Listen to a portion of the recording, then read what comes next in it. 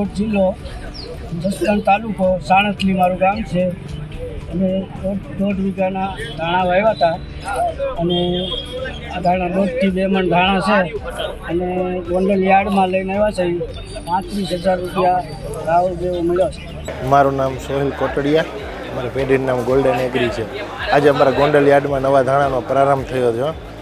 આજે નવા ધાણાના 35,000ના ભાવ, 35,001ના ભાવથી ખરીદી કરેલ છે અને જસદણ તાલુકાના ગામમાંથી માલ નવો આવેલો હતો, ખેડૂત ભાઈઓ લઈને આવેલા હતા અને આ તે ફૂલ હાર અગરબત્તી કરીને નવા ધાણાનો પ્રારંભ થયો હતો. એમાં 35,001ના ભાવથી અમે ખરીદી કરેલી છે.